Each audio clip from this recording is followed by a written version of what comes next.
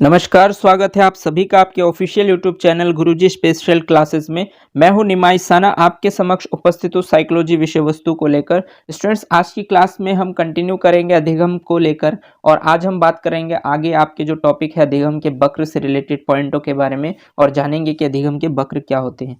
तो चलिए स्टार्ट करते हैं और जानते हैं अधिगम के वक्र क्या हैं। तो अधिगम के वक्र हम स्टूडेंट्स उसको कहते हैं कि अधिगम की मात्रा और अधिगम में लगने वाले समय। देखिए यहाँ पर अधिगम की मात्रा और अधिगम में लगने वाले समय के मध्य परस्पर बंधन को रेखांकित करने पर जो वक्र रेखा प्राप्त होती है उसे अधिगम का वक्र कहते हैं। यानी कहने का मतलब ये है कि जब आप अधिगम करते हैं तो अधिगम की जो आपकी मात्रा है, मतलब आपने कितनी अधिगम की है और आपने उतनी अधिगम को करने के लिए कितना समय लिया है, तो इसके बीच में एक परस्पर बंधन होता है। ठीक है, तो उसको जब हम रेखांकित करते हैं यानी कि चित्र रेखा के द्वारा हम उसको प्रदर्शित करते हैं तो उस वक्र रेखा को ही हम अधिगम का वक्र कहते हैं। जनरली मैं आपको बता दूं, अधिगम की मात्रा और अधिगम में लगने वाले समय के बीच में जो बंधन होता है, उस बंधन को जब हम रेखांकित करते हैं किसी चित्र के द्वारा तो उस रेखा को हम बोलते हैं अधिगम का वक्र। आई होप आप मेरी बातों को समझ पा रहे होंगे। देखिए, ये अधिगम के लिए समय है, ठीक, और ये अधिगम की मात्रा है और इस अधिगम की मात्रा और अधिगम के समय के बीच में जो ये ग्राफ है जिसके थ्रू आप ये दिखाना चाह रहे हैं कि कब आपका अधिगम कम समय में ज़्यादा हुआ और कब ज़्यादा समय में कम हुआ, तो इसको रेखांकित करने के लिए जो आपने ये वक्र डिज़ाइन किए हैं इसी को ही हम अधिगम का वक्र कहते हैं। और मुख्यतः ये वक्र कितने प्रकार के होते हैं, तो 4 प्रकार के होते हैं। यहाँ से भी प्रश्न आपके यूपी टेट में पूछे गए, इसलिए हम आपको बता रहे हैं। चलिए, इसमें जो अधिगम के 4 वक्र होते हैं वो कौन कौन से होते हैं, तो ये जानना ज़रूरी है। तो देखिए, अगर आप जानना चाहेंगे कि अधिगम के 4 प्रकार के वक्र में पहला वक्र क्या है, तो इसका नाम है सरल रेखीय अधिगम वक्र, यानी कि इसका एक नाम सरल रेखीय अधिगम वक्र, इसका दूसरा नाम है निष्पादन वक्र और इसी का ही तीसरा नाम है समान उपलब्धि वक्र। फॉर एग्जाम्पल के लिए ये आपके लिए अधिगम के लिए समय है और ये अधिगम की मात्रा है। मान लीजिए कि आप 1 घंटे में 1 किताब पढ़ रहे हैं, आप 2 घंटे में 2 किताब पढ़ रहे हैं, आप 3 घंटे में 3 किताब पढ़ रहे हैं। तो यहाँ पर जो आपकी अधिगम की मात्रा है और आपके जो समय है ये दोनों आपस में कैसे इक्वल है। आप एक निश्चित समय के दौरान आप उतनी ही चीज़ें कवर कर रहे हैं। तो इसका मतलब यहाँ पर जो आपके ग्राफ बनेंगे वो किस तरीके से बनेंगे, सरल रेखीय ग्राफ बनेंगे। जैसे कि आपको डायग्राम में दिख रहा होगा, तो इस तरीके के वक्र को हम बोलते हैं सरल रेखीय अधिगम वक्र या निष्पादन वक्र या फिर समान उपलब्धि वक्र। यानी कि आपने जो अपनी उपलब्धि हासिल की है वो कैसी है, समान है। तो इसीलिए मात्रा और समय जब इक्वल होते हैं तो उसको हम बोलते हैं समान उपलब्धि वक्र या सरल रेखीय अधिगम वक्र या फिर निष्पादन वक्र। आई होप आपके पॉइंट्स क्लियर हो गए होंगे कि सरल रेखीय अधिगम वक्र क्या होते हैं। चलिए आगे बढ़ते हैं और देखते हैं दूसरा वक्र क्या है। दूसरा वक्र स्टूडेंट्स आपके लिए है उन्नतोदर वक्र। देखिए, आप शब्द से समझ पा रहे हैं, आप उन्नति कर रहे हैं। उन्नति का मतलब होता है आप आगे बढ़ रहे हैं। तो इसी का ही दूसरा नाम है बढ़ता हुआ वक्र, यानी कि जो आपका ग्राफ है वो कैसा है, बढ़ रहा है, या फिर इसी को ही आप कह रहे हैं धनात्मक वक्र और इसी को ही आप बोलते हैं सकारात्मक वक्र। यहाँ पर स्टूडेंट्स ये सकारात्मक है, तो आप कैसे वक्र कर रहे हैं, उन्नतोदर वक्र हो रहा है आपका, या फिर बढ़ता हुआ वक्र हो रहा है, या आप धनात्मक वक्र कह लीजिए या फिर आप इसको सकारात्मक वक्र कह लीजिए। तो इसमें क्या फर्क होता है स्टूडेंट, देखिए, ये अधिगम के लिए समय है और ये अधिगम की मात्रा। इसमें क्या होता है, सपोज कीजिए कि आपने एक दिन में 1 पुस्तक पढ़ी है, ठीक, आप दूसरे दिन में जाकर आप 2.5 पुस्तक यानी 1.5 पुस्तक और पढ़ लिया, आपने दूसरे दिन 1.5 पुस्तक पढ़ ली, आपने तीसरे दिन जो है वो 2 पुस्तक और पढ़ ली, यानी 2.5 से आप पहुंच गए 4.5। तो देखिए, फर्स्ट डे आपने 1 पुस्तक पढ़ी, सेकेंड डे आपने 1.5 पुस्तक पढ़ी है, ठीक है, 1:1/2, और थर्ड डे आपने 2 पुस्तक पढ़ी है। तो इसका मतलब आपकी एवरेज देखिए, आप पहले दिन 1 पढ़ रहे हैं, फिर 1.5 पढ़ रहे हैं और फिर 2 किताब पर पहुंच रहे हैं। और इस तरीके से जब आप रोज कुछ फालतू करते हैं, एक्स्ट्रा करते हैं, तो इसमें क्या है कि आपकी जो मात्रा है, मात्रा तो आपकी अधिक है और आप समय जैसे जैसे आगे बढ़ रहे हैं तो समय कम ले रहे हैं और आपकी मात्रा अधिक हो रही है। तो इससे जो आपका ग्राफ बनेगा वो काफ़ी ज़्यादा ऊपर की तरफ जाएगा और जब आप ऊपर की तरफ ग्रोथ करेंगे तो उसको आप बोलेंगे उन्नति कर रहे हैं, यानी उन्नतोदर वक्र, या फिर आप इसको बढ़ता हुआ वक्र भी बोल सकते हैं, या आप इसको धनात्मक वक्र भी बोल सकते हैं, आप इसको सकारात्मक वक्र भी बोल सकते हैं। तो इसीलिए ये जो है दूसरा टाइप है। चलिए आगे बढ़ते हैं और देखते हैं तीसरा टाइप क्या होता है। तो तीसरा टाइप है आपके लिए स्टूडेंट्स नतोदर वक्र। तो नतोदर वक्र क्या होता है, देखिए उन्नतोदर और एक होता है नतोदर। नत का मतलब होता है नीचे की तरफ, या फिर मान लीजिए घटता हुआ वक्र कहते हैं हम इसको, या फिर हम इसको कहते हैं ऋणात्मक वक्र, या फिर हम इसको कहते हैं नकारात्मक वक्र। नकारात्मक या नतोदर इसका मतलब ही होता है कि अवनति करना, ठीक है। तो यानी कि वो उन्नति नहीं, अब वो क्या कर रहा है कि अपनी मात्रा को घटा रहा है, समय ज़्यादा ले रहा है और जो अधिगम है वो कम हो पा रहे हैं, तो इसको हम क्या बोलेंगे, नतोदर वक्र, ठीक। या ऋणात्मक वक्र या नकारात्मक वक्र या फिर घटता हुआ। फॉर एग्जाम्पल के लिए मान लीजिए समय है, अब आप क्या कर रहे हैं, आप पहले दिन एक दिन में एक किताब पढ़ रहे हैं, आप दूसरे दिन में आप 1.5 पर पहुंचे, यानी कि सेकंड डे में सिर्फ आपने आधा किताब पढ़ी है। उसके बाद थर्ड डे में जब आप गए तो आप 2 किताब पढ़ रहे हैं, मतलब आधा और पढ़ लिया आपने। तीसरे दिन जब आप गए तो आपने जो है 25% किताब की पढ़ी है और बाकी चीज़ें रख दी। तो इसका मतलब क्या हुआ कि आपकी जो मात्रा है वो कम हो रही है, यानी कि आपकी जो स्पीड है वो धीरे धीरे कम हो रही है और आप समय ज़्यादा ले रहे हैं। तो इससे जो आपका ग्राफ बनेगा, देखिए ग्राफ तो आपका बनेगा, आप कुछ ना कुछ सीख रहे हैं, इसका मतलब आपकी उन्नति तो होगी, बट आपकी वो स्पीड से नहीं होगी जिस स्पीड से आपने शुरुआत की है। तो इससे जो आपका ग्राफ बनेगा स्टूडेंट्स, उसको हम बोलते हैं नतोदर वक्र, या फिर घटता हुआ वक्र, या फिर ऋणात्मक वक्र, या फिर नकारात्मक वक्र। इसका मतलब ये होता है स्टूडेंट्स कि आपके अंदर क्षमता तो है अधिगम करने की, बट आप उस हिसाब से नहीं कर रहे, उस स्पीड से नहीं कर रहे, कहीं ना कहीं आप कम कर रहे हैं। जो चीज़ आप 6 महीने में अचीव कर सकते हैं, उस चीज़ को आप 6 साल में जाके अचीव कर रहे हैं। तो यहाँ पर आप ये तो नहीं कह सकते कि आपका अधिगम नहीं हो रहा है, क्योंकि आप एटलीस्ट 6 साल में जाके कर तो रहे हैं ना। बट आपकी जो शुरुआत थी उस स्पीड से यदि आप करते तो शायद वो चीज़ आप 6 महीने में कर सकते थे। तो इसीलिए जो आपका ग्राफ बनेगा यहाँ पर, वो घटता हुआ वक्र कहलाएगा, वो ऋणात्मक वक्र कहलाएगा, वो नकारात्मक वक्र कहलाएगा, या फिर उसको नतोदर वक्र भी हम कहते हैं। इसका रीजन ये है कि आपके अंदर क्षमता है, बट आप क्षमता को यूज नहीं कर रहे हैं, आप कहीं ना कहीं गलत कर रहे हैं। चलिए नेक्स्ट जो आपके लिए वक्र है उसको भी देखते हैं हम। नेक्स्ट वक्र जो है स्टूडेंट्स वो होता है आपके लिए, नेक्स्ट वक्र को हम कहते हैं मिश्रित वक्र, ठीक। या फिर इसका एक और नाम है सर्पिलाकार वक्र, या फिर हम इसको बोलते हैं एस टाइप वक्र। तो स्टूडेंट्स एस टाइप वक्र या सर्पिलाकार वक्र या मिश्रित वक्र हम इसको क्यों कहते हैं, तो देखिए जानते हैं। देखिए ये आपके लिए है समय और ये आपकी है अधिगम की मात्रा। अब मान लीजिए कि कोई बच्चा शुरुआत करता है, फर्स्ट डे उसने 1 घंटे में मान लीजिए उसने 75% पुस्तक पढ़ ली। सेकेंड डे उसने 25% पुस्तक पढ़ी, यानी कि 1 पर पहुंचा। थर्ड डे उसने क्या किया, 2 किताब और पढ़ ली, ठीक। उसके बाद फिर वो फोर्थ डे में क्या किया, उसने 5 किताबें पढ़ ली, ठीक है। तो इस तरीके से उसकी स्पीड पहले 75%, फिर 25%, फिर वहाँ से 200 की स्पीड, फिर उसके बाद 200%। उसके बाद फिर क्या हुआ कि उस बच्चे ने 5वें दिन जाकर 1 पुस्तक पढ़ी, फिर वो 6ठे दिन में जाकर 1 पुस्तक और पढ़ी। तो इस तरीके से क्या होता है कि मात्रा जब प्रारंभ में मात्रा कम थी और अंत में अधिक हो गई, और समय प्रारंभ में अधिक लिया जा रहा था और अंत में क्या हो गया, कम हो गया। तो कहीं ना कहीं उस बच्चे का ग्राफ जो है वो कभी ज़्यादा कभी कम, कभी ज़्यादा कभी कम, स्टार्टिंग में कम था, बीच में हाई हो गया था, फिर बहुत तेज़ी से आगे बढ़ रहे थे, फिर कम हो गया। तो कहीं ना कहीं उसका जो ग्राफ है वो सीधा ना बनकर कभी ज़्यादा कभी कम की वजह से उसका ग्राफ कुछ इस अंदाज में बन जाएगा, यानी सांप की तरह बन जाएगा। इसीलिए इसको सर्पिलाकार भी बोला जाता है। और अगर आप इसको वैसे देखेंगे तो ये लगभग कुछ एस की तरह भी दिखता है, इसलिए इसे एस टाइप वक्र भी बोलते हैं। और कभी ज़्यादा कभी कम की वजह से इसको मिश्रित वक्र भी बोलते हैं। तो ये स्टूडेंट्स मिश्रित वक्र इसी को ही कहा जाता है, या सर्पिलाकार वक्र इसी को ही कहा जाता है, या फिर इसको इसीलिए एस टाइप वक्र भी कहते हैं। आई होप आप अधिगम के वक्र को समझ पाए होंगे और इसके प्रकार को समझ पाए होंगे, और अधिगम के वक्र में अधिगम की मात्रा और उसमें लगने वाले समय के बीच में एक संबंध को स्थापित करने के लिए हम जिन रेखाओं का उपयोग करते हैं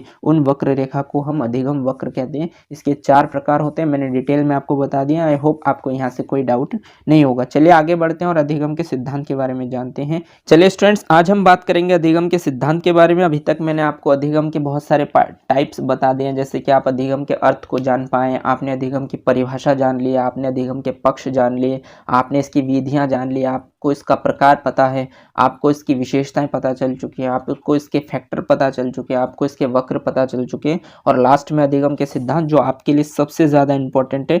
यहाँ से 2 से 3 प्रश्न आपको आने वाले समय में देखने को मिलेंगे आपके एग्जाम्स में। तो चलिए हम जानते हैं कि अधिगम के क्या सिद्धांत होते हैं, यानी कि अधिगम के कुछ नियम होते हैं। सिद्धांत जिसे हम कहते हैं नियम, तो अधिगम के सिद्धांत को हम 2 टाइप्स में पढ़ते हैं स्टूडेंट्स, जो आपके एग्जाम्स में पूछे जाते हैं उसके अकॉर्डिंग। एक होता है आपका व्यवहारवादियों का सिद्धांत और दूसरा होता है आपके संज्ञानवादियों का सिद्धांत। देखिए स्टूडेंट्स, यहाँ पर साइकोलॉजिस्ट जो है वो साइकोलॉजिस्ट मनोवैज्ञानिकों में विवाद है। कुछ मनोवैज्ञानिक अधिगम को व्यवहार मानते हैं, व्यवहार के अध्ययन को मानते हैं, और कुछ मनोवैज्ञानिक अधिगम को संज्ञान को महत्व देते हैं, संज्ञान को मानते हैं। तो जो व्यवहार को मानते हैं वो व्यवहारवादी कहलाते हैं और जो संज्ञान को मानते हैं या सूझ को मानते हैं वो संज्ञानवादी कहलाते हैं। ठीक है, तो यहाँ से आप जो पढ़ने वाले हैं व्यवहारवाद के सिद्धांत, उसमें आप एक पढ़ने वाले हैं IP पावलोव के बारे में। ठीक है, जिनका पूरा नाम है इवान पेट्रोविच पावलोव। दूसरा स्टूडेंट्स BF स्किनर, जिनका नाम है ब्यूरस फ्रेडरिक स्किनर। तीसरा स्टूडेंट्स EL थॉर्नडाइक, जिसे हम जानते हैं एडवर्ड ली थॉर्नडाइक के नाम से। और चौथा है आपके लिए CL हॉल, जिसे हम जानते हैं क्लार्क लुइस हल के बारे में। तो CL हल के बारे में, क्लार्क लुइस हल है, ये 4 साइकोलॉजिस्ट है जो व्यवहारवादियों के सिद्धांत के अंतर्गत आते हैं। और इनके सिद्धांत को भी हम 1 बाय 1 पढ़ेंगे, क्योंकि यहाँ से आपके एग्जाम्स में प्रश्न पूछे जाने निश्चित है और हर पेपर में पूछे जाते हैं। और ये आपके यूपी टेट और सुपर टेट दोनों के लिए इंपॉर्टेंट है, क्योंकि आप किसी भी टेट एग्जाम्स की तैयारी कर रहे हैं, अधिगम से रिलेटेड इस टॉपिक से आपके प्रश्न पूछे जाने अनिवार्य हैं। तो इसीलिए यहाँ से तो आपको प्रश्न मिलने वाले हैं, और हो सकता है कि वो आपसे आसान प्रश्न पूछ ले, और ऐसा भी हो सकता है कि वो आपसे डिटेल में पूछ ले कि उन्होंने अपनी एक्सपेरिमेंट देते हुए उन्होंने किस पर रिसर्च किया था, किस किस तरीके से रिसर्च किया था। तो इसीलिए हमारे लिए इसको जानना बहुत ज़्यादा अनिवार्य हो जाता है कि ये बहुत ज़्यादा इंपॉर्टेंट है। यहाँ से तो प्रश्न पूछे जाने निश्चित ही है, और दूसरा ये है कि यहाँ से किस टाइप से प्रश्न पूछे जाएंगे वो भी जब आप इसको कंप्लीट पढ़ेंगे तभी आपको पता चल पाएगा। दूसरा स्टूडेंट संज्ञानवादी सिद्धांत। संज्ञानवादी सिद्धांत का एक और नाम है गेस्टाल्टवाद संप्रत्यय। यहाँ से भी प्रश्न पूछे जाते हैं कि गेस्टाल्टवाद संप्रत्यय किसने दिया था। तो देखिए, संज्ञानवादी सिद्धांत का ही दूसरा नाम गेस्टाल्टवादी संप्रदाय है, क्योंकि ये गेस्टाल्टवादी थे तो इसलिए इनको गेस्टाल्टवादी संप्रदाय भी बोलते हैं। इसके अंतर्गत हम एक साइकोलॉजिस्ट को पढ़ते हैं जिनका नाम है मैक्स वर्दीमर। दूसरा है आपके लिए वल्फगंग कोहलर। तीसरा है आपके लिए कुर्ट लेविन, और चौथा है आपके लिए कुर्ट कोफका। तो स्टूडेंट्स, ये चारों के चारों आपको पढ़ने हैं जो संज्ञानवादी सिद्धांत के अंतर्गत आते हैं, और इधर लेफ्ट में आप चारों को पढ़ेंगे व्यवहारवादी सिद्धांत के अंतर्गत, क्योंकि यहाँ से आपके एग्जाम्स में प्रश्न बनने निश्चित हैं। चलिए जानते हैं इनके बारे में। सबसे पहले मैं आपको थोड़ा सा ओवरव्यू दे देता हूं कि जो संज्ञानवादियों के सिद्धांत है और जो व्यवहारवादियों के सिद्धांत से क्वेश्चन किस किस तरीके से बनते हैं और कहां कहां से अब तक ऑब्जेक्टिव में क्वेश्चंस बने हैं। सबसे पहले होता है शास्त्रीय अनुबंधन का सिद्धांत। सीधा सीधा नाम से पूछा गया है कई बार कि शास्त्रीय अनुबंधन का सिद्धांत किस मनोवैज्ञानिक ने दिए हैं, तो वो दिए हैं आपके IP पावलोव ने। ठीक। दूसरा स्टूडेंट्स क्रिया प्रसूत अनुबंधन का सिद्धांत, और क्रिया प्रसूत अनुबंधन का सिद्धांत दिए जो साइकोलॉजिस्ट उनका नाम है BF स्किनर। तीसरा सबसे ज्यादा इंपॉर्टेंट है, ये भी कई बार मैक्सिमम टाइम आपसे 4 से 5 बार पूछे जा चुके हैं और यूपी टेट सुपर टेट दोनों में ही पूछे गए हैं कि प्रयास एवं भूल का सिद्धांत किसने दिया है, तो एडवर्ड ली थॉर्नडाइक। स्टूडेंट्स, इनको हम डिटेल में पढ़ेंगे क्योंकि यहाँ से सबसे ज्यादा प्रश्न पूछे जाते हैं, और क्यों पूछे जाते हैं इसका भी मैं आपको रीजन बताऊंगा। अभी मैं सिर्फ आपको ओवरव्यू दे रहा हूँ। पुनर्वलन का सिद्धांत, पुनर्वलन का सिद्धांत किसने दिया, तो CL हल, आपको पता है इनका पूरा नाम है क्लार्क लुइस हल। नेक्स्ट है स्टूडेंट सूझ या अंतर्दृष्टि का सिद्धांत। देखिए, सूझ या अंतर्दृष्टि का सिद्धांत किसने दिया है, तो मैक्स वर्दीमर ने दिए हैं, और अगर मैक्स वर्दीमर नहीं रहेंगे तो आप वल्फगंग कोहलर के साथ जाएंगे, क्योंकि इनकी इस थ्योरी को आगे बढ़ाने का काम कोहलर को जाता है। और लास्ट है स्टूडेंट क्षेत्रवादी सिद्धांत। आपसे सीधा सीधा प्रश्न पूछा जाता है कि किस मनोवैज्ञानिक ने क्षेत्रवादी सिद्धांत दिया है, तो वो दिया है कुर्ट लेविन, जिसे हम कर्ट लेविन भी कहते हैं। तो स्टूडेंट्स, इनके बारे में हम डिटेल में स्टडी करने वाले हैं और जानेंगे कि ये इन्होंने किस तरीके से अपने सिद्धांत को डेवलप किया है। देखिए स्टूडेंट्स, एक पॉइंट आपके लिए जानना जरूरी है कि जो व्यवहारवादी सिद्धांत है, यानी कि जो व्यवहारवादी साइकोलॉजिस्ट है, उन्होंने किस किस तरीके से अपने सिद्धांत को डेवलप किया और इनके पीछे का उनका कारण क्या है कि उन्होंने व्यवहार को क्यों महत्व दिया और उनका नाम व्यवहारवादी सिद्धांतों में क्यों गिना जाता है। तो देखिए, व्यवहारवादी सिद्धांत वाले ये कहते हैं कि आप जब भी कोई अनुक्रिया करेंगे, यानी कि आप रिस्पॉन्स करेंगे, तो उसके लिए आपका उद्दीपक यानी स्टिमुलस का होना जरूरी है। स्टिमुलस स्टूडेंट्स ये समझिए, आप इसको आप कह सकते हैं लक्ष्य, मतलब आपका टारगेट। जैसे फॉर एग्जांपल के लिए आप जो भी स्टडी कर रहे हैं, यानी कि आप जो अनुक्रियाएं कर रहे हैं इस समय, रिस्पॉन्स जो आप दे रहे हैं वो किसको देख कर दे रहे हैं, यानी कि आपका उद्दीपक क्या है इस समय, तो आपका उद्दीपक इस समय है यूपी टेट।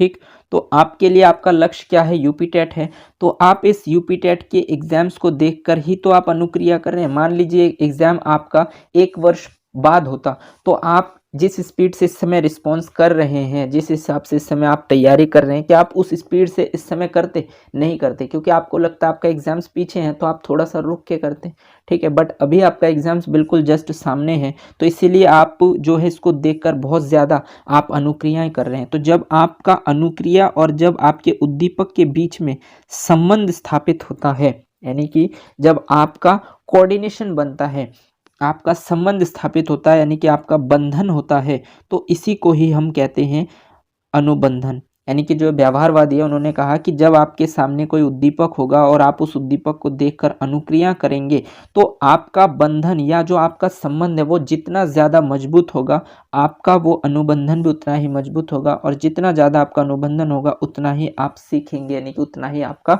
अधिगम हो पाएगा। तो व्यवहारवादी आपसे कहना ये चाहते हैं कि उद्दीपक ज़्यादा ज़रूरी है। जब आपके सामने उद्दीपक होगा और जब आप उस उद्दीपक को देखकर अनुक्रियाएं करेंगे, तो उनके बीच में सबसे ज़्यादा इम्पोर्टेंट है संबंध, ठीक है। जितना ज़्यादा गहरा संबंध बनेगा, आपका अधिगम उतना ही गहरा होगा, और अगर आपका संबंध गहरा नहीं बन पाया तो आपका अधिगम भी ऐसा ही नहीं हो पाएगा, आपका अधिगम भी प्रॉपर नहीं हो पाएगा। फॉर एग्जाम्पल के लिए मैं आपको बता दूं स्टूडेंट्स, आप अब जब चीज़ों को समझते हैं, जब आपकी स्टडी की एक प्लानिंग होती है और आप उस उद्दीपक को देखकर आप अनुक्रियाएं लगातार करते हैं, और आप जितना ज़्यादा प्रैक्टिस करते हैं, आपका अनुबंधन होता है उतना ही ज़्यादा, यानी संबंध आपका उतना ही ज़्यादा होता है, बंधन आपका उतना ही मजबूत होता है, जिसको इन्होंने नाम दिया अनुबंधन। तो अनुबंधन आपका जितना ज़्यादा मजबूत होता है, आपका अधिगम भी उतना ही अधिक हो पाता है। इसीलिए ज़रूरी है कि आप उद्दीपक को देखकर अनुक्रियाएं करें। मान लीजिए आप उद्दीपक को देख के अनुक्रियाएं नहीं कर रहे हैं, तो इसका मतलब आपका संबंध नहीं बन पा रहा है, और जब आपका संबंध नहीं बन पा रहा है तो आपका अधिगम भी नहीं हो पा रहा है, कहीं ना कहीं प्रभावित हो रहे हैं। तो व्यवहारवादी इस चीज़ को महत्व देते हैं, और वो ये कहते हैं कि अभ्यास ज़्यादा ज़रूरी है। जब आप लगातार अभ्यास करते हैं तो आप सीखते हैं। बट यहीं पर मैं आपको स्टूडेंट्स बता दूं, जो समस्या समाधान है उसको अधिगम मानते हैं, ये मानते हैं गेस्टाल्टवादी, यानी कि जो संज्ञानवादी है। मैं आपको अभी बता रहा था कि एक तो व्यवहारवादी सिद्धांत आप पढ़ेंगे और एक आप संज्ञानवादी पढ़ेंगे, तो इन दोनों में थोड़े से डिफरेंस है। व्यवहारवादी किसको अधिगम कहते हैं वो आपने जान लिया, अब आप जानिए जो आपके संज्ञानवादी है वो किसको अधिगम कहते हैं। तो संज्ञानवादियों के अनुसार स्टूडेंट्स, हमारे पास 5 इंद्रियां होती हैं, यानी कि मनुष्य के पास 5 इंद्रियां, आपको पता है, आँख, कान, नाक, जीभ और त्वचा। तो हम इन 5 इंद्रियों के माध्यम से हम सीखते हैं। संज्ञानवादी मानते हैं कि हम 5 इंद्रियों के माध्यम से सीखते हैं, जैसे कि एक आपका हो गया आँख, कान, नाक, जीभ और त्वचा, यानी कि ये 5 इंद्रियां हैं। आप ध्यान रखेंगे 5 इंद्रियों के माध्यम से हम सीखते हैं। तो सबसे पहले आप इन 5 इंद्रियों के माध्यम से जो भी संवेदनाएं प्राप्त करते हैं वो आपका प्रथम ज्ञान होता है, ठीक है। संज्ञानवादी कहते हैं कि जो आप अपनी 5 इंद्रियों के माध्यम से जो भी आप संवेदनाएं प्राप्त करते हैं उनको उन्होंने प्रथम ज्ञान कहा है। और इस प्रथम ज्ञान के द्वारा जब आप प्रत्यक्षीकरण करते हैं, यानी जांच करते हैं, तो आप पहचान करने की कोशिश करते हैं, आप उसका नाम जानना चाहते हैं, आप उसकी व्याख्या करते हैं। तो इसके आधार पर आपको क्या सूझ आती है, यानी क्या संज्ञान होता है, आप ज्ञान का सोचते हैं, आप जानना चाहते हैं, आप जानते हैं कि ये ज्ञान है, तो उससे जो आपको डिसीजन लेना होता है, जो आप सूझ करते हैं, उस जब आप सूझ के द्वारा उस समस्या का समाधान कर लेते हैं, तब आपका अधिगम होता है। फॉर एग्जाम्पल के लिए मैं स्टूडेंट्स आपको यहाँ से एक एग्जाम्पल के थ्रू बहुत आसानी से समझा सकता हूँ। देखिए, सपोज कीजिए कि आप स्टूडेंट्स एक बेड पर सो रहे हैं, एक चारपाई पर सो रहे हैं।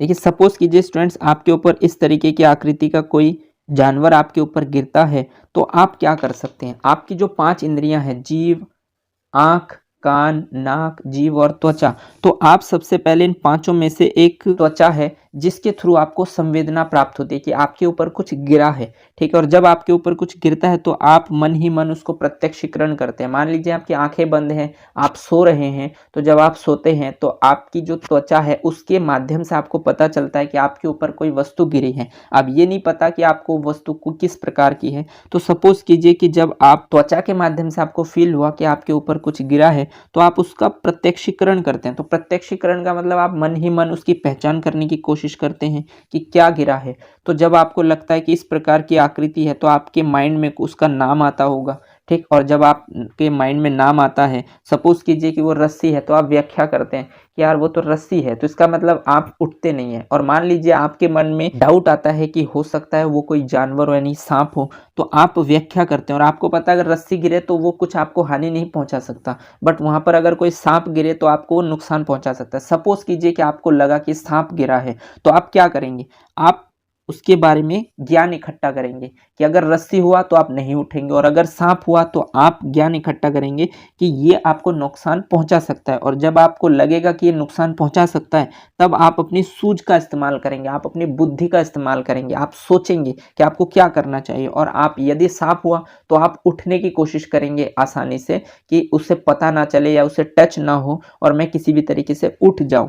तो आपने सूझ के द्वारा अपनी प्रॉब्लम को सॉल्व कर लिया। या फॉर एग्जाम्पल के लिए मान लीजिए वो सांप ना होकर एक रस्सी है, तो आपको संज्ञान तो हुआ बट आपको फील हुआ कि ये तो रस्सी है, तो इसका मतलब आप अपनी सूझ का इस्तेमाल करेंगे कि आपको तो ये नुकसान नहीं पहुंचा पाएगा, तो आप आराम से उसे हाथ से पकड़ के साइड कर देंगे और आप सो जाएंगे। तो कहने का मतलब इस सूझ के थ्रू जो आपने अपनी प्रॉब्लम को सॉल्व कर लिया, यानी कि आपने अपने समस्या का समाधान कर लिया, तब आपका अधिगम हो जाता है। ऐसा मानते हैं संज्ञानवादी। इसीलिए संज्ञानवादी जो है वो ज्ञान को महत्व देते हैं, वो सूझ को महत्व देते हैं, वो प्रत्यक्षीकरण को महत्व देते हैं, वो इंद्रियों को महत्व देते हैं। और वो कहते हैं कि जब आप अपनी सूझ के द्वारा किसी भी समस्या का समाधान करते हैं, तभी आपका अधिगम होता है। बट व्यवहारवादी कहते हैं कि जब आप अपने अभ्यास के द्वारा जब आप अपने व्यवहार में परिवर्तन लाते हैं, तब आपका अधिगम होता है। तो इस तरीके से व्यवहारवादी और संज्ञानवादी में विवाद है, बट आपको दोनों को पढ़ना है, क्योंकि दोनों से प्रश्न आपके एग्जाम्स में पूछे जाते हैं और आपको पता होना चाहिए। चलिए स्टूडेंट्स आगे बढ़ते हैं और देखते हैं कि जो व्यवहारवादियों के सिद्धांत के अकॉर्डिंग जो हम व्यवहारवादियों का सिद्धांत पढ़ने वाले हैं,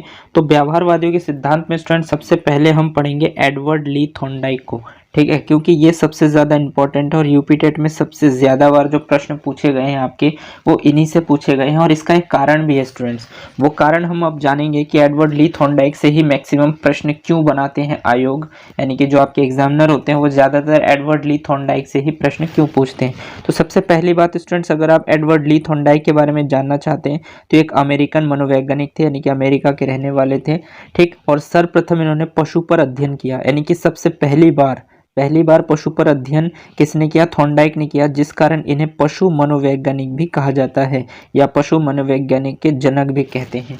यानी कि कहने का मतलब ये स्टूडेंट्स कि एडवर्ड ली थॉर्नडाइक अमेरिका के मनोवैज्ञानिक थे और सर्वप्रथम यानी कि सबसे पहली बार उन्होंने पशुओं पर अध्ययन किया था, यानी कि जो एनिमल्स होते हैं उस पर अध्ययन किया था, जिस कारण इन्हें पशु मनोवैज्ञानिक भी कहा जाता है या पशु मनोविज्ञान के जनक भी कहते हैं। देखिए, जो पहली बार कोई कार्य करता है तो उसको उसका फादर यानी जनक मानते हैं, तो इसीलिए पशु पर सबसे पहली बार अध्ययन एडवर्ड ली थॉर्नडाइक जी ने किया था, इसलिए इन्हें पशु मनोवैज्ञानिक भी कहते हैं या पशु मनोविज्ञान के जनक भी कहते हैं। और दूसरा पॉइंट स्टूडेंट्स यहाँ पर यह है कि शिक्षा के क्षेत्र में सीखने के सबसे पहले नियम दिए, यानी कि देखिए सीखने के जो नियम होते हैं, तो सीखने के नियम सबसे पहले जो दिए हैं वो एडवर्ड ली थॉर्नडाइक ने दिए हैं, इसलिए इन्हें प्रथम शैक्षिक मनोवैज्ञानिक कहा जाता है या शैक्षिक मनोविज्ञान के जनक भी इन्हें कहते हैं, यानी कि प्रथम शैक्षिक मनोवैज्ञानिक। देखिए, सीखने के बहुत सारे साइकोलॉजिस्ट ने अपनी अपनी थ्योरीज दी है, बट सीखने के सबसे पहली बार जिसने अपनी थ्योरीज दी है उसका नाम है एडवर्ड ली थॉर्नडाइक। इसीलिए शिक्षा के क्षेत्र में सीखने के सबसे पहले नियम भी इन्होंने दिए हैं, इसलिए इनको प्रथम शैक्षिक मनोवैज्ञानिक भी कहा जाता है। एक और पॉइंट स्टूडेंट्स की सर्वप्रथम ये प्रकार्यवादी थे, यानी कि जो आपके एडवर्ड ली थॉर्नडाइक थे ये सबसे पहले प्रकार्यवादी थे, लेकिन अंत में ये व्यवहारवादियों के साथ जुड़े, इसीलिए इनको व्यवहारवादी में हम काउंट करते हैं। यानी कि व्यवहारवादी अंत में जो इनका एंड था उस समय इन्होंने व्यवहार को सबसे ज़्यादा महत्व दिया है और वो व्यवहारवादियों के साथ आ गए। अपनी थ्योरीज में उन्होंने व्यवहार को ज़्यादा महत्व दिए हैं, इसलिए हम इनको व्यवहारवादियों के नाम से जानते हैं, यानी व्यवहारवादियों में इन्हें गिनते हैं, बट ये सबसे पहले प्रकार्यवाद में थे।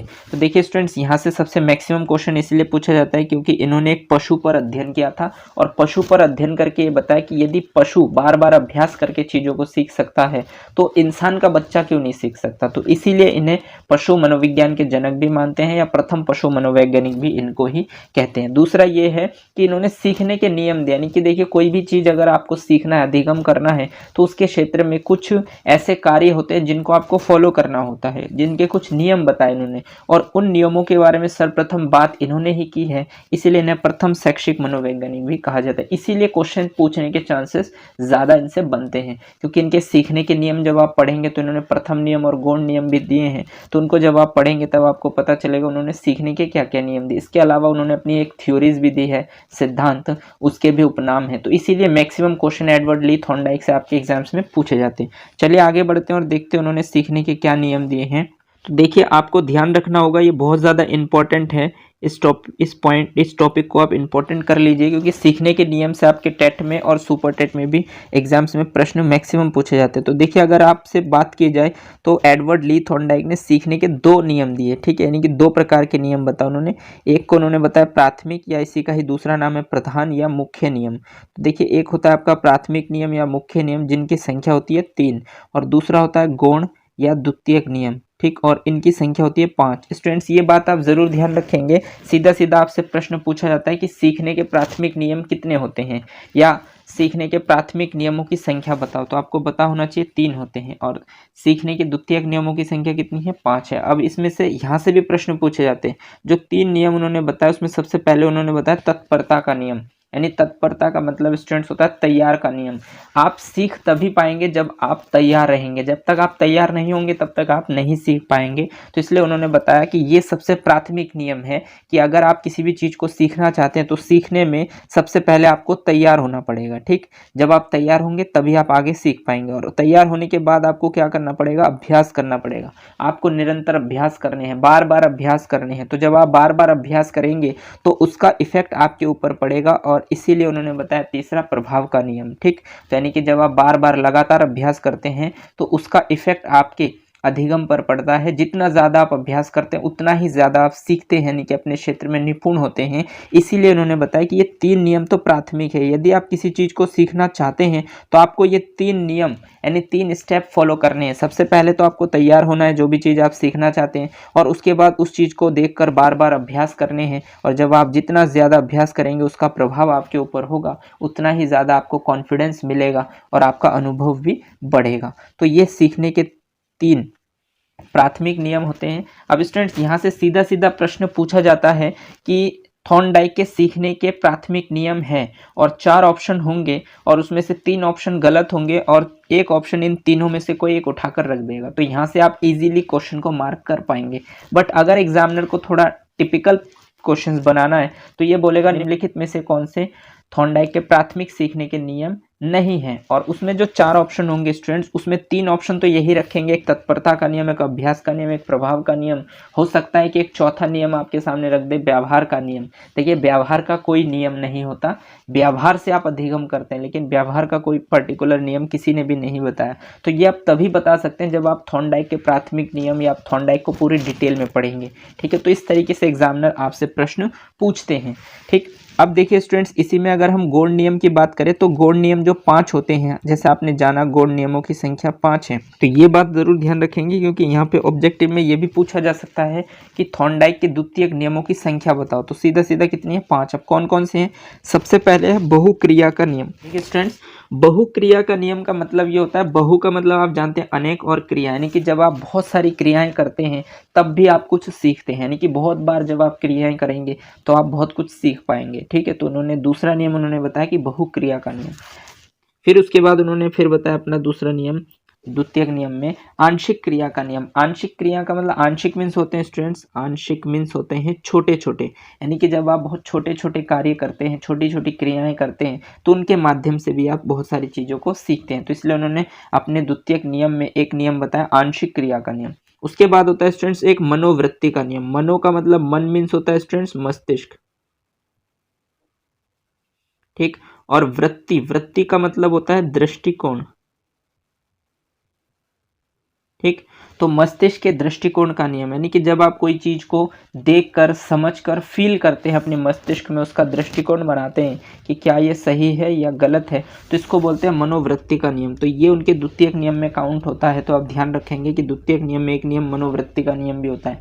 एक नियम होता है स्टूडेंट सादृश्यता का नियम। सादृश्य वर्ड से आप समझ पा रहे हैं कि जब आप किसी वस्तु को देखते हैं तो उसको देखकर कुछ सीखते हैं। तो जब आप देखते हैं तभी आप उसको सीखते हैं या उस पर सोच विचार करते हैं, और जब आप सोच विचार करते हैं तो आप बहुत कुछ सीखते हैं। तो इसीलिए उन्होंने बताया कि एक सादृश्यता का नियम, यदि आप कोई चीज़ सीखना चाहते हैं तो उस वस्तु का आपके समक्ष होना जरूरी है। अगर वो वस्तु आपके समक्ष होता है तो आप बहुत जल्दी चीज़ों को सीख पाएंगे। इसलिए उन्होंने एक नियम बताया सादृश्यता का नियम।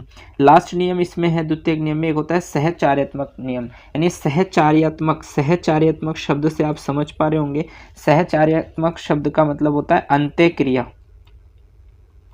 यानी कि जब आप कोई चीज़ अपना टारगेट लक्ष्य बनाते हैं तो उस लक्ष्य को देखकर जो भी आप अनुक्रियाएं करते हैं उसके बीच में एक अंत्यक्रिया होनी चाहिए। जब एक अच्छा संबंध स्थापित होगा, यानी सहचार्यात्मकता का भाव उत्पन्न होगा, तभी आपका संबंध या अनुबंधन जिसे आप कहते हैं वो मजबूत होगा। और जब आपका अनुबंधन मजबूत होगा तो आप चीज़ों को बहुत अच्छे ढंग से सीख पाएंगे। तो कहने का मतलब ये है कि अगर आप किसी से सीखना चाहते हो तो आपका उस व्यक्ति के साथ आपका जो संबंध है वो कैसा होना चाहिए, सहचार्यात्मक होना चाहिए। सहचार्यात्मक का मतलब आपके और उस व्यक्ति के बीच में अंत्यक्रिया अच्छी होनी चाहिए। जब अंत्यक्रिया अच्छी होगी तभी आपका सीखना जो है वो पूर्ण हो पाएगा। तो इसीलिए उन्होंने जो द्वितीयक नियम या गौण नियम उन्होंने 5 बताया, उसमें एक चीज़ ध्यान रखेंगे कि एक तो होता है बहुक्रिया का नियम, एक होता है आंशिक क्रिया का नियम, एक होता है मनोवृत्ति का नियम, एक होता है सादृश्यता का नियम, और लास्ट होता है सहचार्यात्मकता का नियम। तो ये पांचों ध्यान रखेंगे स्टूडेंट्स। यहाँ से भी क्वेश्चंस पूछे जाते हैं। क्वेश्चन किस तरीके से पूछे जाते हैं कि थॉर्नडाइक के निम्नलिखित में से द्वितीयक नियम नहीं है सीखने के, यानी एडवर्ड ली थॉर्नडाइक के सीखने के द्वितीयक नियम नहीं है। और नहीं है में क्या करेंगे, वो 3 नियम तो यहाँ से उठा देंगे और एक नियम यहाँ से उठा देंगे और आपसे पूछेंगे कि बताओ इसमें से कौन सा नियम है जो द्वितीयक नियम नहीं है। तो आपको पता है, अगर आपने पढ़ा है बहुक्रिया का नियम तो ये द्वितीयक नियम है, आंशिक क्रिया का नियम ये भी द्वितीयक है, और मनोवृत्ति का नियम, यानी तीनों तो द्वितीयक नियम है। बट इसमें जो द्वितीयक नियम नहीं है वो है अभ्यास का नियम, क्योंकि अभ्यास का नियम जो है उनका फर्स्ट नियम है। तो इसीलिए इस तरीके के प्रश्न आपके एग्जाम्स में पूछे जाते हैं। और अगर आपने चीज़ों को अच्छे ढंग से मैनेज करके, एनालिसिस करके, अंडरस्टैंडिंग वे में चीज़ों को समझा है, जाना है, तो आप क्वेश्चंस को इजीली मार्क कर सकते हैं। अदरवाइज यदि आपने रट्टे मारे तो आपका कन्फ्यूज़न क्रिएट हो जाता है और वहाँ पे आपके मैक्सिमम क्वेश्चंस जो है वो गलत हो जाते हैं। आई होप आपको मेरा पॉइंट क्लियर हो गया होगा। चलिए आगे बढ़ते हैं इसमें और देखते हैं कि और उन्होंने क्या क्या दिए हैं अपने सीखने के नियम में। चलिए स्टूडेंट, देखते हैं हम एडवर्ड ली थॉर्नडाइक के जो सिद्धांत है उनको डिटेल में जानते हैं। और यहाँ से मैक्सिमम प्रश्न जो पूछे जाते हैं वो इसी वजह से पूछे जाते हैं क्योंकि अभी जो आप सिद्धांत उनकी थ्योरी को पढ़ेंगे तो आपको लगेगा थोड़ा सा इंटरेस्टिंग भी होगा और आपको क्लियर भी हो जाएगा कि जो छोटे बच्चे आपके सामने होते हैं उनका जो IQ लेवल होता है, उनकी जो बुद्धि होती है वो किस प्रकार की होती है और ऐसे बच्चों को हमें किस तरीके से हैंडल करना होता है। ठीक है, तो आयोग के अनुसार जो प्रश्न आपके एग्जाम्स में पूछे जाते हैं उनके लिए देखते हैं कि किस टाइप से वो पूछते हैं। तो सबसे पहले तो आपको पता होना चाहिए कि एडवर्ड ली थॉर्नडाइक, जैसे कि मैंने अभी आपको डिटेल बताया उनके बारे में कि वो कहाँ के रहने वाले थे। अब उनके थ्योरीज को डिटेल में पढ़ते हैं। तो देखिए, उनकी थ्योरी का एक नाम है बॉन्डिंग थ्योरी, ध्यान रखेंगे स्टूडेंट्स, और दूसरा नाम है इनका SR type learning theory. S4 होता है स्टूडेंट्स स्टिमुलस और R4 होता है रिस्पॉन्स।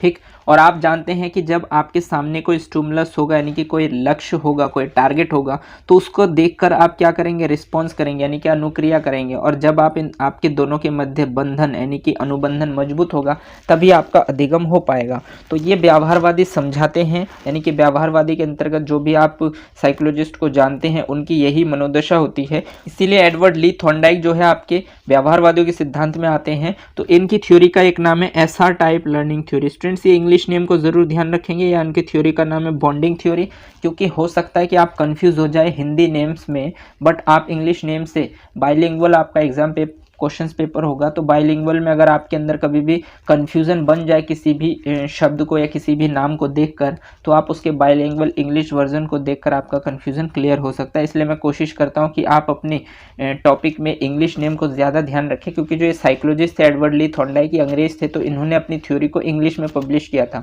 वो हमारा जो एजुकेशन सिस्टम है वो क्या करते हैं, उनकी थ्योरी को पढ़कर उसे हिंदी में ट्रांसलेट करते हैं। तो इसलिए बहुत बार क्या होता है कि एग्जामिनर पेपर तैयार करते हैं, अब वो क्या करते हैं कि जो इंग्लिश नेम होता है उसके हिंदी में बहुत सारे उपनाम बना देते हैं। तो हो सकता है कि मैं आपको जो उपनाम इसमें दे रहा हूँ ये हो सकता है कि कोई नया शब्द आपके सामने आ जाए, बट जो इंग्लिश नेम होगा उसमें वो एक्सपेरिमेंट नहीं करते हैं, क्योंकि ये तो एडवर्ड ली थॉर्नडाइक के द्वारा दिया गया सिद्धांत है। तो इस वजह से क्या होता है कि आपके अंदर कभी भी अगर कोई सिद्धांत ऐसे पढ़ ले जैसे आपको पता लगे कि भाई ये तो हमें सर ने नहीं बताया, बट हो सकता है कि वो नया शब्द इस बार न्यू डिज़ाइन किया गया होगा एग्जाम पेपर में, बट उसका जो इंग्लिश वर्जन है वो तो सेम डिक्टो वही होता है, तो इसीलिए आपका कन्फ्यूज़न वहाँ से क्लियर हो सकता है। ठीक, जैसे कि मैंने अपने पहले वीडियोज़ में भी इस बारे में बात की है। तो आप ध्यान रखेंगे कोई भी थ्योरी पढ़ेंगे तो उसका इंग्लिश नेम को ज़रूर ध्यान रखें, 2-3 बार उसको भी पढ़ेंगे ताकि आपका कन्फ्यूज़न दूर हो जाए और आपका क्वेश्चन किसी भी तरीके से गलत ना हो। ठीक, तो एडवर्ड ली थॉर्नडाइक के सिद्धांत को हम बॉन्डिंग थ्योरी बोलते हैं, या इसका एक दूसरा नाम है SR type learning theory. S4 होता है स्टिमुलस और R4 होता है रिस्पॉन्स, जो मैंने अभी आपको बता दिए। अब स्टूडेंट्स, एडवर्ड ली थॉर्नडाइक के इसी सिद्धांत का एक उपनाम होता है हिंदी में जिसे हम बोलते हैं संबंधवाद का सिद्धांत। ठीक, संबंधवाद का सिद्धांत यानी बॉन्डिंग को ही हम संबंधवाद कहते हैं। तो संबंधवाद का सिद्धांत देखिए, एस स्टिमुलस, स्टिमुलस को हिंदी में बोलते हैं उद्दीपक और रिस्पांस को हिंदी में बोलते हैं अनुक्रिया। तो इसी थ्योरी का एक नाम उन्होंने बनाया उद्दीपक अनुक्रिया का सिद्धांत। ठीक है, ये जो नाम है स्टूडेंट्स ये एडवर्ड ली थॉर्नडाइक ने नहीं दिए हैं, ये नाम हमारे एग्जामिनर ने बनाए हैं। इसका जो नाम है एडवर्ड ली थॉर्नडाइक के द्वारा जो दिया गया वो है बॉन्डिंग थ्योरी और SR टाइप लर्निंग थ्योरी। ठीक है, तो इसीलिए इसको ध्यान रखेंगे। नेक्स्ट है स्टूडेंट्स, एक इसको बोलते हैं प्रयत्न और भूल का सिद्धांत, यानी कि जब आप उद्दीपक को देखकर जब आप अनुक्रिया करते हैं तो बहुत बार आप प्रयास करते हैं और बहुत बार आपसे भूल होती है, तो इसीलिए इस थ्योरी को उन्होंने नाम दिया प्रयत्न एवं भूल का सिद्धांत। इसी को ही हम प्रयास एवं त्रुटि का भी सिद्धांत कहते हैं। देखिए स्टूडेंट, भूल को त्रुटि कहते हैं और प्रयत्न को प्रयास कहते हैं, तो इस तरीके से नाम चेंज करके एग्जाम्स में पूछे जाते हैं। या फिर संयोजनवादी सिद्धांत, संयोजन का मतलब बॉन्डिंग को ही कहते हैं संयोजन यानी अनुबंधन, तो इसे संबंधवाद भी बोलते हैं और संयोजनवादी भी बोलते हैं। तो देखिए स्टूडेंट्स, ये जो इंग्लिश में नेम है ये 5 इसके उपनाम है। ठीक है, ये अलग अलग नाम से एग्जाम्स में पूछे जाते हैं, बट इंग्लिश वर्जन में जब आप देखेंगे, जब आपका बाइलिंगुअल पेपर होगा तो इंग्लिश वाले तरफ देखेंगे या तो संबंधवाद के सामने लिखा होगा बॉन्डिंग थ्योरी, ठीक है, या फिर उद्दीपक अनुक्रिया सिद्धांत के सामने लिखा होगा SR टाइप लर्निंग थ्योरी। तो अगर आपको कभी भी कंफ्यूजन बने तो आप बाइलिंगुअल साइड में इंग्लिश में जो ऑप्शन में नाम है उसको देखकर आपका कंफ्यूजन क्लियर हो सकता है। आई होप आप मेरी बातों को समझ पा रहे होंगे। चलिए आगे बढ़ते हैं और देखते हैं कि इसमें इन्होंने क्या सिद्धांत, जो इन्होंने प्रयास एवं त्रुटि का सिद्धांत दिया है वो क्या दिया है और इसके पीछे का रीज़न क्या था उनका। देखिए स्टूडेंट्स, इस थ्योरी में हम जानेंगे कि जो आपके एडवर्ड ली थॉर्नडाइक साहब थे उन्होंने एक एक्सपेरिमेंट किया था और उन्होंने एक्सपेरिमेंट करने के लिए एक बॉक्स लिया था जिसको उन्होंने नाम दिया था पजल बॉक्स। ठीक, जिसे हिंदी में कहते हैं भूल भुलैया बॉक्स। ठीक है, यहाँ से भी एग्जाम में आपसे प्रश्न पूछा गया है कि जो थॉर्नडाइक की जो थॉर्नडाइक का जो सिद्धांत है उसमें जिस बॉक्स का उन्होंने जिक्र किया तो उस बॉक्स का नाम क्या है, तो उस बॉक्स का नाम है भूल भुलैया बॉक्स। ठीक, तो ध्यान रखेंगे सारी चीज़ों को क्योंकि यहाँ से प्रश्न बन सकते हैं। ठीक है, और बनेंगे भी। ठीक, तो जो ये भूल भुलैया बॉक्स इन्होंने लिया, क्या किया इन्होंने कि देखिए यहाँ पर एक भूल भुलैया बॉक्स लिया थॉर्नडाइक साहब ने और उसके ऊपर एक चोर दरवाज़ा लिया। ठीक है, और इस चोर दरवाजे को इन्होंने रस्सी के हेल्प से बांध दिया एक लीवर पुल के साथ। ठीक है, ये एक लीवर पुल है जिसका मैंने नाम यहाँ पर मेंशन किया है और ये रस्सी है। ठीक है, और ये जो है एक चोर दरवाज़ा है, यानी चोर दरवाजे का मतलब ये है कि जब बिल्ली, और इसके ये चारों तरफ क्या है, ये सलाखें हैं जो चारों तरफ से इस तरीके से सलाखें बना के रखा है इन्होंने। ठीक है, और बाहर क्या करते हैं, ये एक बर्तन है जिसमें उन्होंने मृत मछली को रख रखा है। ठीक है, इस बर्तन में मृत मछली यानी कि बिल्ली के लिए भोजन है। ठीक है, और इस बिल्ली को उन्होंने इस भूल भुलैया बॉक्स में बंद कर दिया।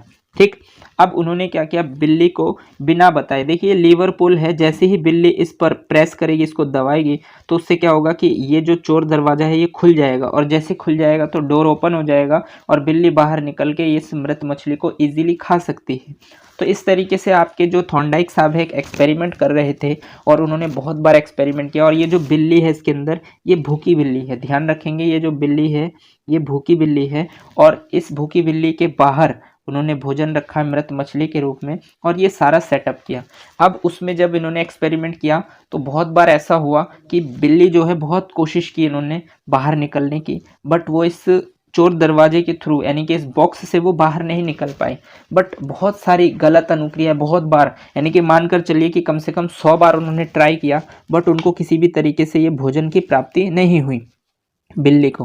पर एक ऐसा समय आया कि गलती से इस बिल्ली को नहीं पता कि इस लीवर के पुल को दबाने से चोर दरवाजा खुल जाएगा। ठीक है, गलती से क्या होता है कि बिल्ली का पैर इस लीवर पुल पर प्रेस होता है और जैसे ही प्रेस होता है तो ये चोर दरवाजा ओपन हो जाता है और बिल्ली जैसे ही दरवाजा खुला उसे मिलती है तो वो बाहर निकल के अपने भोजन को प्राप्त कर लेती है। ठीक, तो ये प्रोसेस होता है। फिर उसके बाद दोबारा उन्होंने एक्सपेरिमेंट किया और फिर से बिल्ली को इस बॉक्स के अंदर डाल दिया और यही सेटअप किया।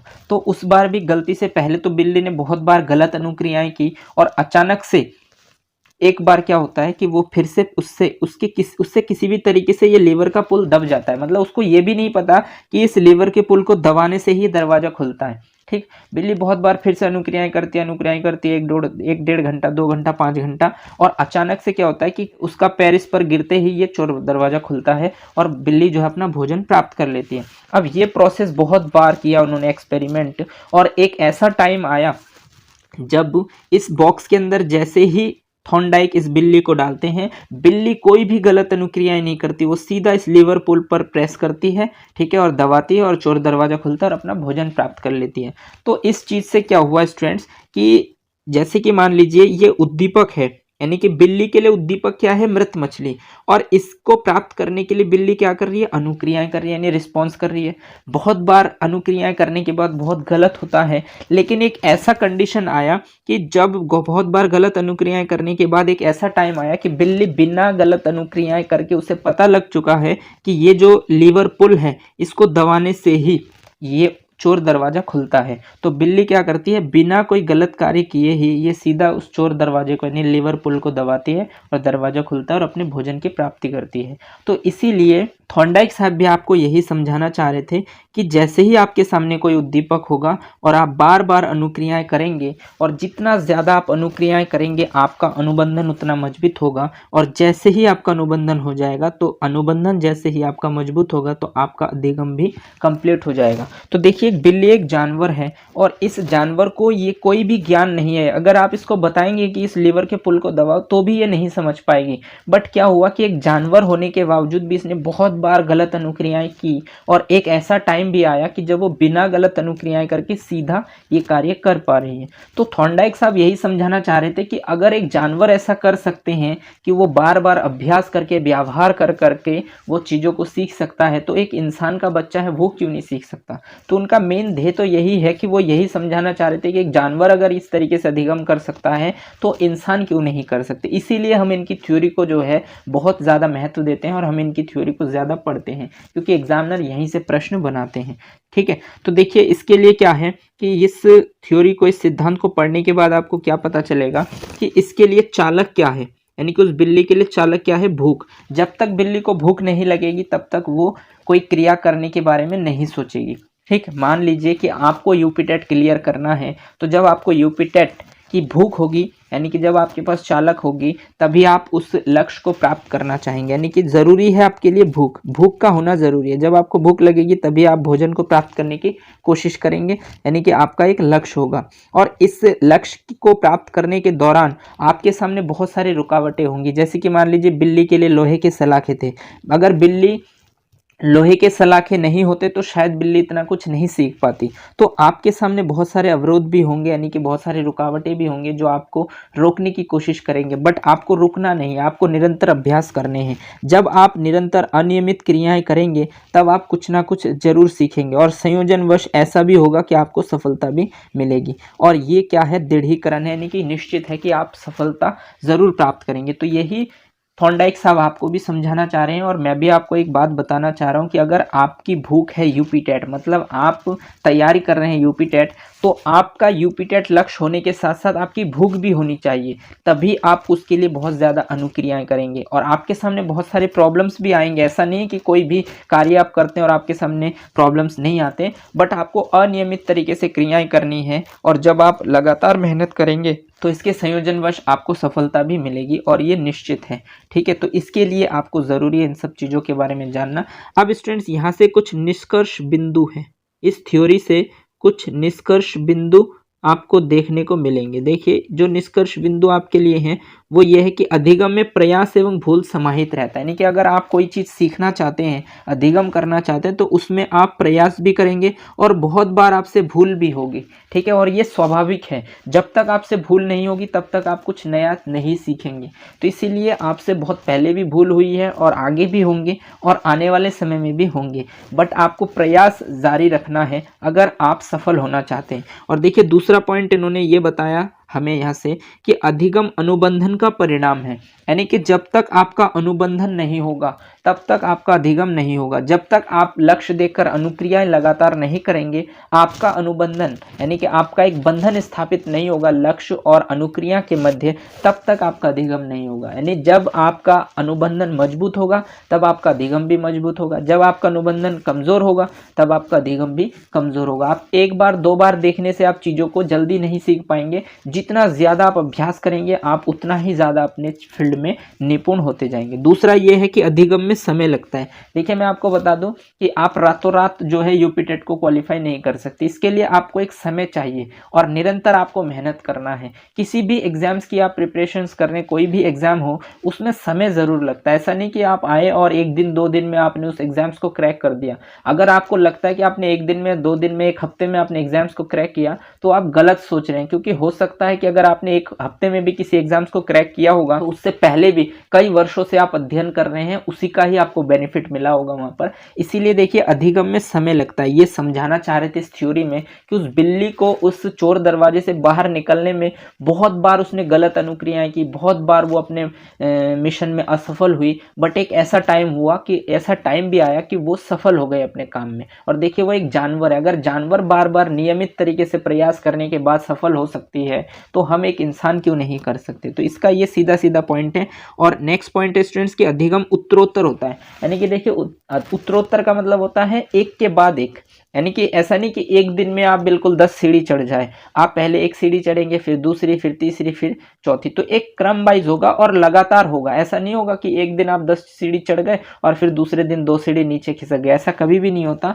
आप जो भी चीज़ें अचीव करते हैं अपने जीवन में, जो भी चीज़ें आप सीखते हैं, वो लगातार एक के बाद एक सीखते हैं। हो सकता है कि आपका दृष्टिकोण या आपका माइंड सेटअप आपको नहीं बता पा रहा हो कि आपने क्या सीखा, बट आप रोज कुछ ना कुछ नया सीखते हैं अगर आप सोच रखते हैं अपने पास तो। नेक्स्ट पॉइंट है स्टूडेंट्स कि अधिगम संज्ञान पर आधारित नहीं होता। देखिए ये जो व्यवहारवादी है ये कहते हैं कि ज्ञान पर आधारित नहीं होता। अगर ज्ञान पर आधारित होता तो हो सकता है कि वो बिल्ली आज ये नहीं कर पाती, क्योंकि बिल्ली के पास तो ज्ञान है ही नहीं। और ये जो साइकोलॉजिस्ट है ये व्यवहारवादी इसी बात की तरफ इशारा करते हैं कि बिल्ली के पास यदि ज्ञान होता तो उसने गलत अनुक्रियाएं क्यों की। वो तो पहली दफे में लीवर पुल को दबाती और दरवाजा खोल के बाहर निकल जाती, बट ऐसा उससे नहीं हो पाया। इसका मतलब ये है कि अधिगम जो होता है उसमें संज्ञान का कोई रोल नहीं होता। अधिगम जो होता है वो आपके अभ्यास और निरंतर प्रक्रियाओं के दौरान, निरंतर आप क्रियाएं करते हैं उसके दौरान आप चीज़ों को सीख पाते हैं। इसीलिए व्यवहारवादी जो है इस चीज़ को महत्व नहीं देते हैं, संज्ञान को। ये जो है अभ्यास को महत्व देते हैं।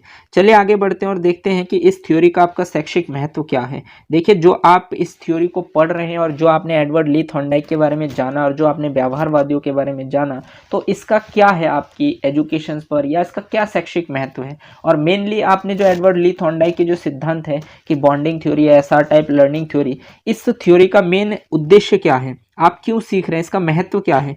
तो इस विधि का उपयोग मंद बुद्धि के बालकों के लिए है जो अधिगम में समय लगाते हैं, और छोटे छोटे बच्चों के लिए किया जाता है। देखिए ये विधि किनके लिए उपयोगी है, मंद बुद्धि।